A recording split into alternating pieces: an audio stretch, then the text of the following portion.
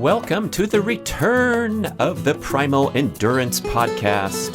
This is your host, Brad Kearns, and we are going on a journey to a kinder, gentler, smarter, more fun, more effective way to train for ambitious endurance goals. Visit primalendurance.fit to join the community and enroll in our free video course. Welcome to 115 Things You Need to Know as a Primal Endurance Athlete, and we are now into the second category after covering aerobic training and numerous insights over 2 shows there.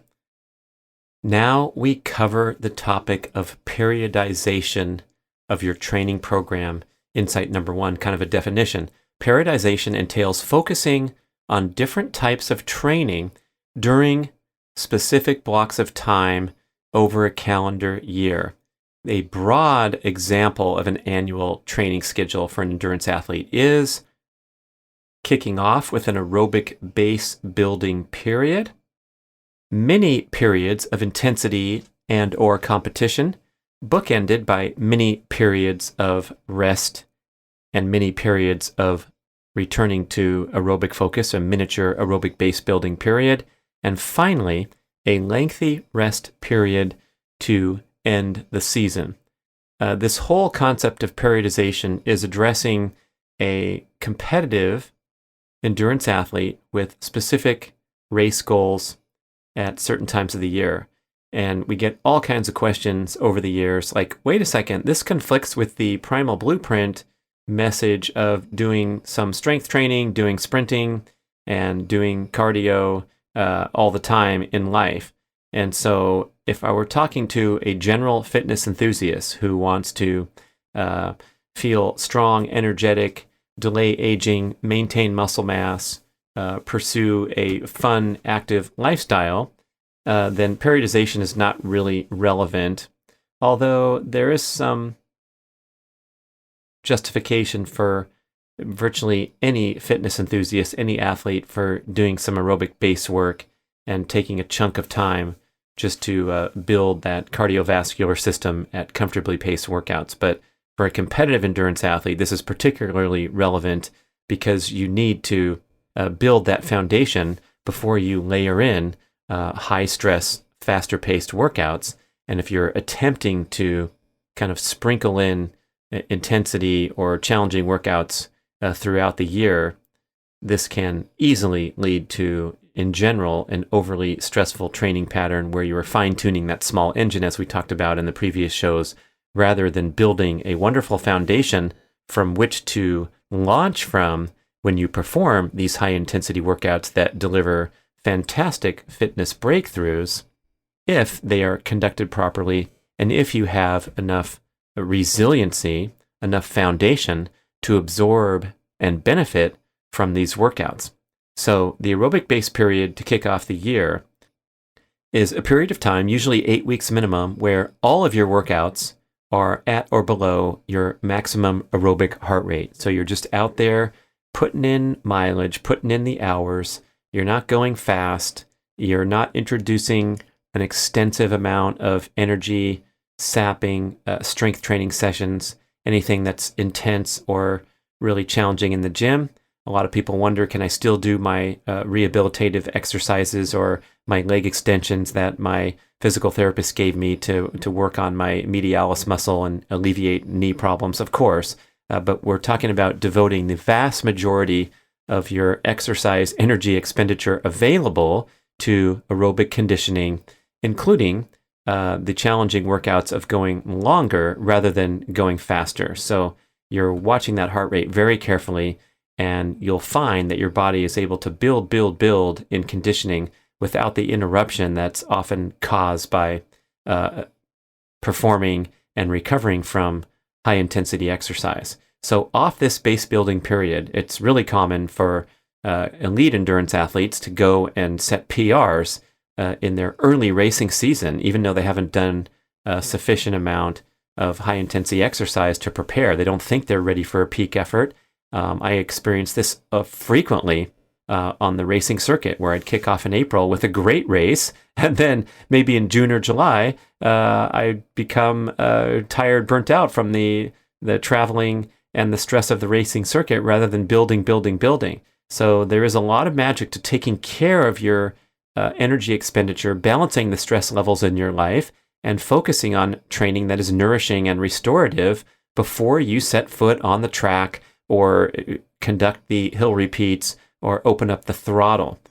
And I'll talk later in one of the other numbered insights about how important it is to have a successful aerobic base building period before you transition into the next periods. But for this one, the next on the list would be mini periods of intensity and or competition, bookended by mini periods of rest, aerobic base building, and finally a lengthy rest period to end the season. So what your competitive season looks like is, let's say, ideally, after the base, you come out and you try some racing, or you throw in some intensity for 3, 4, 5, or 6 weeks. And I think 6 weeks is the absolute maximum chunk of time for indulging in a racing schedule or a frequent conducting of high intensity sessions. And after that 6 week period, maximum, it can be 3 weeks, it can be 4 weeks, it can be 2 weeks, right? Couple races, and then you're going to call it a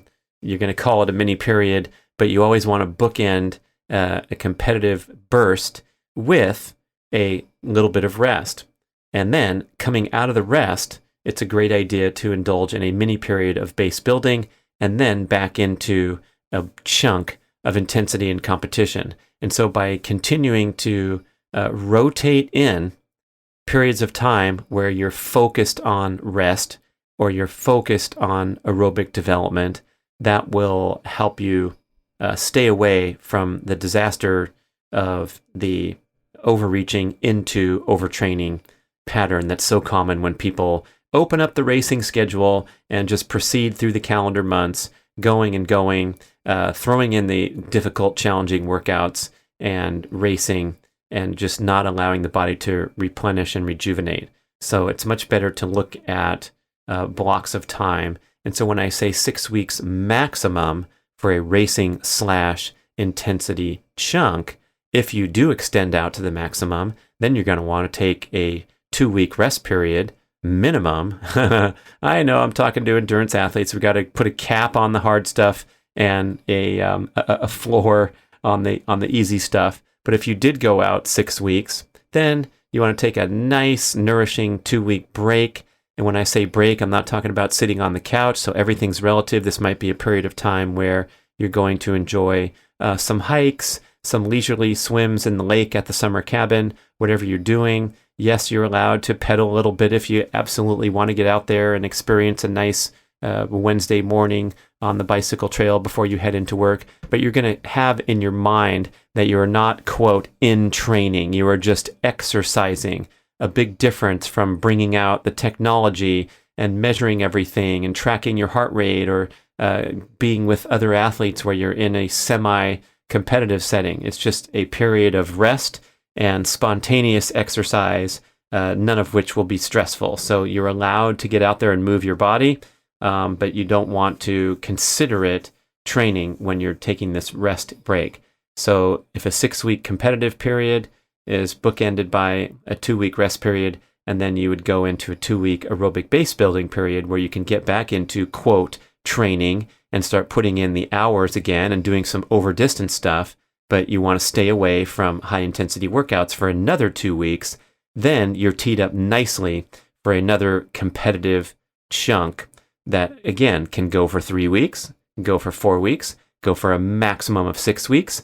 But if you go for only 2 or 3 weeks, like a couple races or a binge of high intensity workouts, then you can take, let's say, a rest period of a week, an aerobic period of a week. So everything's sort of adjustable to the duration of the corresponding periodization period in the periodization program.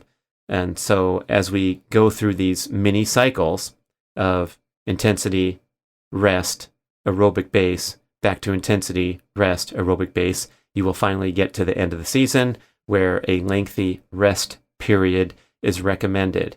And again, does not mean sitting on the couch getting fat.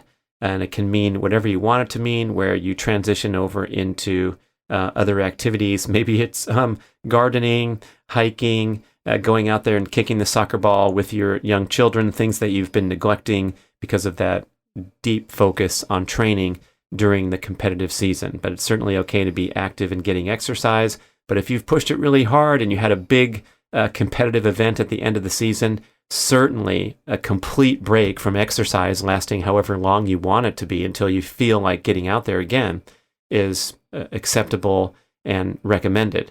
This is especially the case for someone like a pure runner who completes a marathon at the end of the season on pavement and has pounded their body to the extreme and probably needs to do nothing but walking for at least a couple weeks after the marathon. And there's research that was widely touted. I remember it coming up years ago that something like 80% of first-time marathoners sustained a upper respiratory illness in the 2-week period following their first marathon. So a lot of times you're excited, you cross the finish line, you're sore for 3 or 4 days, and you're still bathed in stress hormones, and you're so excited about going back and talking to your running teammates on a 6-mile easy jog and relating the blow-by-blow of the marathon and aspiring to new races in the season ahead. And you feel fine, but you're still inflamed, immune suppressed, and full of stress hormones. And so getting back into training too soon after a marathon is a sure recipe to get an illness or perhaps an injury. So we want to respect the high degree of difficulty and the high level of intensity and focus for your season-ending culminating race, and then take that appropriate rest period where there's no pressure. People always talk about, well, I might mountain bike in the off-season, I put my tri-bike away, but it's easy to get out of hand with just transitioning over into another endurance activity or sporting activity and applying an excessive amount of stress to the body when you should really be allowing for that true downtime, both psychologically and physically, with the energy output or the amount of energy you devote to exercise. Okay, that was a good setup, so we can probably move more quickly through some of the ones that I'll be touching on with this opening statement. Okay, number 2, I worded this pretty aggressively on purpose, so hear me out. The insight is consistency in the context of endurance training is ill-advised. You are better off being intuitive, varied, and flexible in your workout patterns. The process of fitness progress is dynamic and unpredictable, not linear. So we know on many levels, consistency is super important, right? You want to keep those muscles and joints and the blood flowing and not have a lot of days where you're sitting all day long in the name of recovery or getting away from the swimming pool for a week straight and losing some of your conditioning and your muscular resiliency for workouts. And so I'm not talking about being a flake, and I don't think a lot of people in the endurance scene are at risk of departing so far away from a consistent exercise training regimen that they're going to suffer fitness consequences. So I'm hitting this point hard because so many people have a desire to adhere to a regimented training schedule where Tuesday nights they head to the track to meet the group to do the template workout of 6 times 800 meters or what have you, and Saturday is the day for the long ride because they don't have enough time during the week to do so. And boy, there is a lot to getting a convenient schedule where maybe you don't have time during the week for a long ride, but if you want to progress and avoid the mistakes and the setbacks, you really need to make sure that you go through sort of an intuitive checkpoint every time you set off for a workout. So I'm saying just because it's Saturday morning doesn't mean that it's an appropriate time for you to go out there and go long, unless you're feeling like it's appropriate. Your legs feel good, your mood, your energy, you don't have any symptoms of immune suppression or injury hotspots. You got a green light, and then you can go out there and kick some butt as planned for that Saturday morning ride.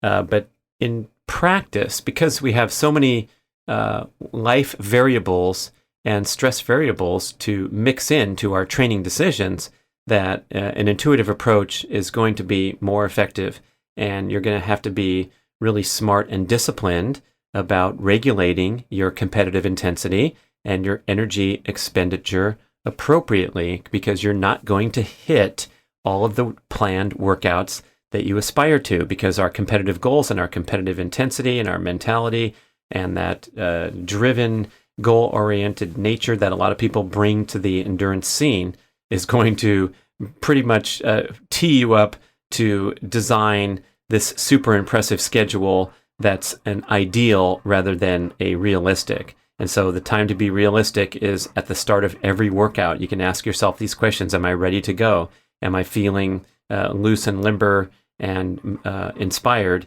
Or do I need to change my best laid plans and adapt and perhaps cut the workout in half? And then when you get skilled at that, you can enjoy some freedom on either side of the ideal schedule drawn up on a piece of paper. And when you get good at that, you're going to have the opportunity to open up the throttle at times when it wasn't planned for either. So if you had a planned 50-mile ride and you get to mile 40 and you feel fantastic and you decide to take it up to a 70, you're going to score points in your training log and in your progress toward a competitive potential by achieving fitness breakthroughs when all the stars align for you. And of course, we want to plan for the stars to align on Saturday morning, because that's the time that we have to take a long bike ride. But if you happen to cut some of those short because it's not the right day, one day your number will come up, especially when you're disciplined and intuitive at all times. And then you'll lock into a more predictable pattern where when it's time to push yourself, you're ready and you're building in sufficient recovery.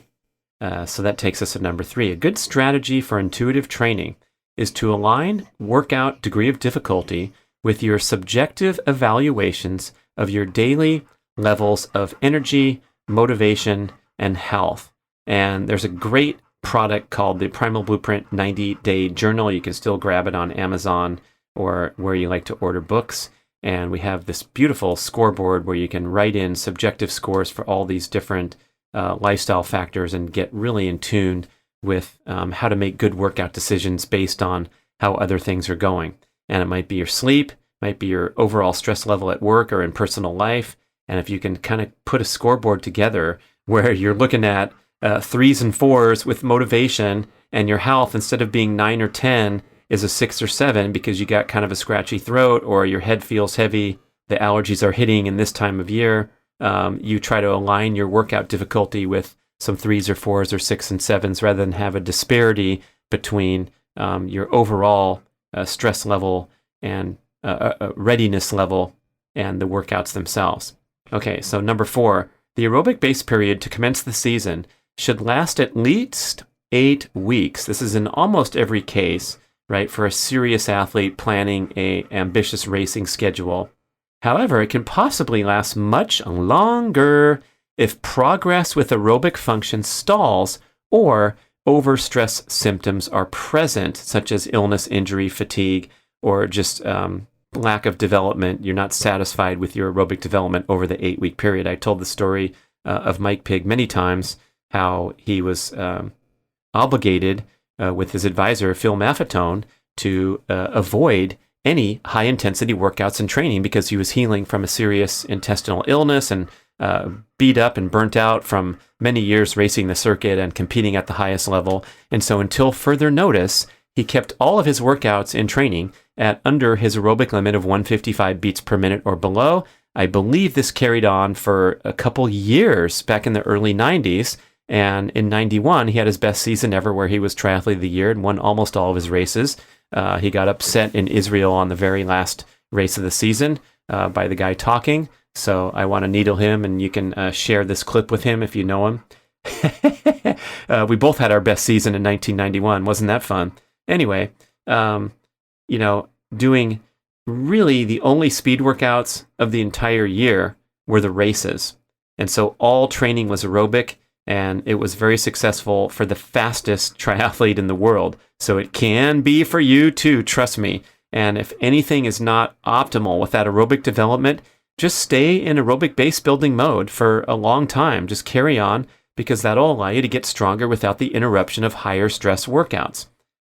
Big one. Okay, so number 5, intensity should be introduced only after a successful aerobic period and last a maximum of 4 weeks. Oops, I gave you 6 weeks in the earlier insight, and so here in writing is 4 weeks, and I believe I put that in there, Mark and I deciding, because we know that people, if you give them an inch, they might take a mile. So for a superbly conditioned athlete with a lot of experience, you probably could last for a month and a half with a racing type schedule where you're throwing in workouts and you're racing frequently. But let's just say 4 weeks is a great recommendation, especially for someone with less experience or a little more fragility. And so the key attribute of these intensity/competitive periods are that your volume is greatly reduced. So this is not a time to go out there and throw down your typical long workout on the weekend, or to get your mileage up to a certain threshold that you prefer to maintain. You're just going to let that go and really focus on performing these high-intensity workouts in a crisp and effective manner with excellent form, excellent power, excellent technique, no form or technique breakdown during the session. So that means if you're doing a set of 6 hill repeats on the bicycle, lasting a few minutes each, and your 5th one, you start to feel a little bit of tightness in your lower back, guess what? You're doing 5 that day instead of 6. So you want to have impeccable technique and power output if you're measuring that, a consistent quality of the efforts. And when that quality drops even a little bit, the workout's over. And so maximum 4 weeks, you can't argue with that suggestion. And during that time, your volume is way down. So you're cutting in half the duration of your typical baseline run or bike or swim or row or whatever sport you're focusing on. You're cutting way back on anything that's considered an over distance, where they're just going to be sidelined until you go back into aerobic base building period. Don't worry, you won't lose anything. This is what periodization is all about. 6, many periods of high intensity during the competitive season should be followed by a period of nearly equal duration composed of rest and aerobics. So I gave some of those examples earlier where we're going into, I said 6-week competitive/intensity, followed by 2-week rest, followed by 2-week aerobic. And so I'm, again, backing off a little bit, where if you're going into a 4-week intensity/competitive period, you can piggyback that with 2 weeks of rest and 2 weeks aerobic. Number 7, the season-ending rest period should be diligent and comprehensive. No training, no thinking about training, and extra attention to rest, sleep, and neglected hobbies and social connections. So I defined training earlier, and I think we can all relate or appreciate the distinction between that term training and in training versus being someone who's active and likes to exercise during their rest period. But certainly nothing that you're timing or straining yourself to adhere to a certain pace or distance. Okay, pretty simple, and a great time to, that's right, work on other things.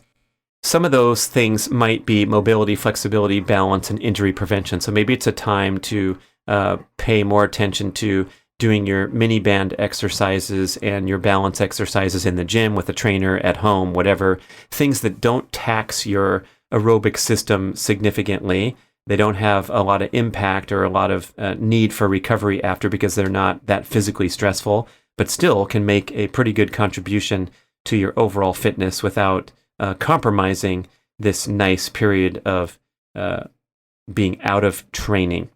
Number 8, tapering with a huge reduction in training volume and intensity promotes peak performance. It's very difficult to lose fitness even if you maintain a fraction of normal training. This astonishing information has been out there for something like 50 years, since the 70s and the 80s, and the great work of Dr. Kostel at Ball State University. And I reference numerous studies. There's one from Canada with endurance runners doing 5-kilometer races, and then the swimmers that tapered at Ball State showed that I believe it was something like 8 weeks of training reduced by 50% in every way. So 50% reduction in volume, reduction in intensity. If you're doing 10 times 200 as your typical swim workout, you're going to go 5 times 200, all that thing.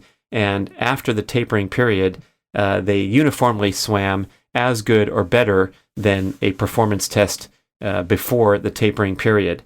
And this one article that came up in a running magazine years ago, I believe the reduction in training volume was like 80% or 90% for several weeks for these 5K performers, where they did a 5K test, and then they reduced their training by 80 or 90% for several weeks. So imagine what that means. If you're running 50 miles a week and you cut down by 80%, you're going down to 10 miles a week or 5 miles a week, right? So that is unfathomable to the typical athlete that's so worried about getting out of shape, but it's effective because if you maintain even a semblance of your normal training load, it's very difficult to lose fitness, a fraction of your normal training.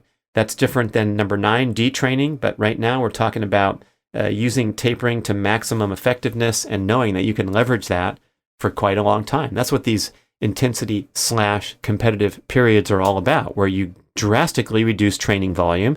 So if you're out there as a multi-sport athlete or an ultra runner doing 10, 15, 20 hours a week of training and you cut back to 5 or 6, but in that 5 or 6 are some really crisp, powerful, high-intensity training sessions, anaerobic threshold training sessions, and recovery days where you're only exercising for 30 minutes instead of your usual 2 hours. This is how you make those tremendous fitness breakthroughs, thanks to the stimulus of the high-intensity workout followed by the recovery from the high-intensity workout. Number 9, true detraining due to inactivity caused by illness or injury causes rapid fitness losses, but you can regain fitness at approximately a 1-to-1 exchange of time off to time returning from training. And this is my assertion from anecdotal evidence rather than science, but it seems very reasonable and repeated, and many people can acknowledge this. So let's say you get the flu and you're down for 3 weeks. You are going to detrain remarkably in 3 weeks of bed rest or total inactivity. And so the muscles don't like that. The skeleton doesn't like that. You're going to get your first run back after an illness, and you're going to be sore and all these kind of strange things after your first workout. Very frustrating, but detraining is no joke. And it's very difficult to get into that situation unless you are bedridden with an illness for true detraining. But let's say you go on vacation and you barely get a chance to perform your typical endurance training activities. Maybe you're out there for a little bit, but you do experience a detraining effect after 3 weeks. Guess what? Getting back into the mix, 3 weeks later, looks like you're going to be reporting some good results and that you're back in the mix after whatever, 3 or 4 swims, 3 or 4 bike rides, 3 or 4 runs, couple long rides, whatever it is that will kick your body back into gear, and you'll quickly pick up from where you left off on that 1-to-1 ratio. This could even extend out to where, let's say you had a year off due to a serious injury or, a detour in life where you had to kind of shuffle your priorities and care for an ailing loved one or whatever's going on to get you off the bike, off the water, off the roads, and it lasts for an entire year. Well, that's a long-ass time, and you're going to get way, way out of shape to where you can't even imagine running at the pace that you used to for a normal training session. But guess what? A year later, you're going to be back to where you were. So a year off, and then a year of struggling and scrambling to come back. I know that doesn't sound pleasant, but it's not forever. That's the main point. And number 10, the last one in this category of periodization, the specific nature of high-intensity workouts is of minimal importance. All anaerobic exercise, whether it's intervals, time trials, hill repeats, Tabata sessions, have a similar effect on the body.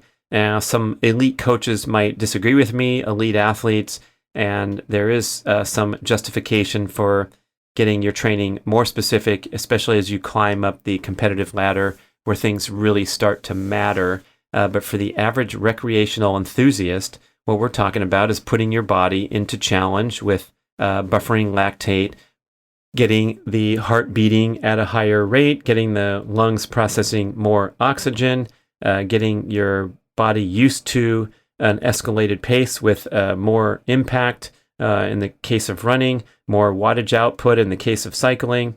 You know what I'm talking about. So when you go hard, and you don't have to sweat the details too much.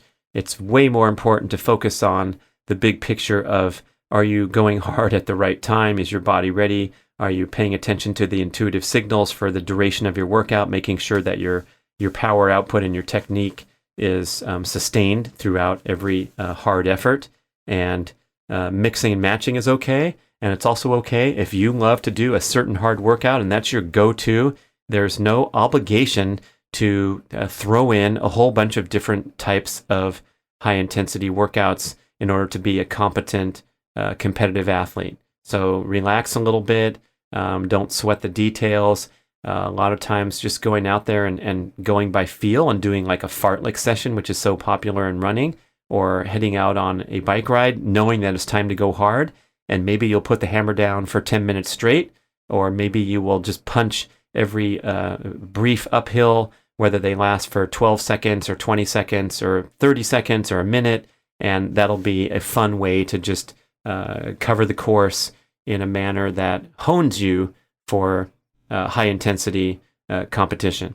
Okay, so that's a nice little chunk of information to digest from Periodization. Thank you so much for listening to this series, and we will get to that 115 finish line pretty soon. And then you'll have a great foundation, a great philosophical perspective about how to put all the details into place and manage everything that you need to be the most competent, healthy, and happy Primal Endurance athlete. Thanks for listening. I hope you enjoyed this episode and encourage you to check out the Primal Endurance Mastery course at primalendurance.fit. This is the ultimate online educational experience where you can learn from the world's great coaches and trainers, diet, peak performance, and recovery experts, as well as lengthy one-on-one interviews from several of the greatest endurance athletes of all time, not published anywhere else. It's a major educational experience with hundreds of videos, but you can get free access to a mini course with an ebook summary of the Primal Endurance approach and 9 step-by-step videos on how to become a Primal Endurance athlete. This mini course will help you develop a strong basic understanding of this all-encompassing approach to endurance training that includes primal-aligned eating to escape carbohydrate dependency and enhance fat metabolism, building an aerobic base with comfortably paced workouts, strategically introducing high-intensity strength and sprint workouts, emphasizing rest, recovery, and annual periodization, and finally cultivating an intuitive approach to training instead of the usual robotic approach of fixed weekly workout schedules. Just head over to primalendurance.fit and learn all about the course and how we can help you go faster and preserve your health while you're at it.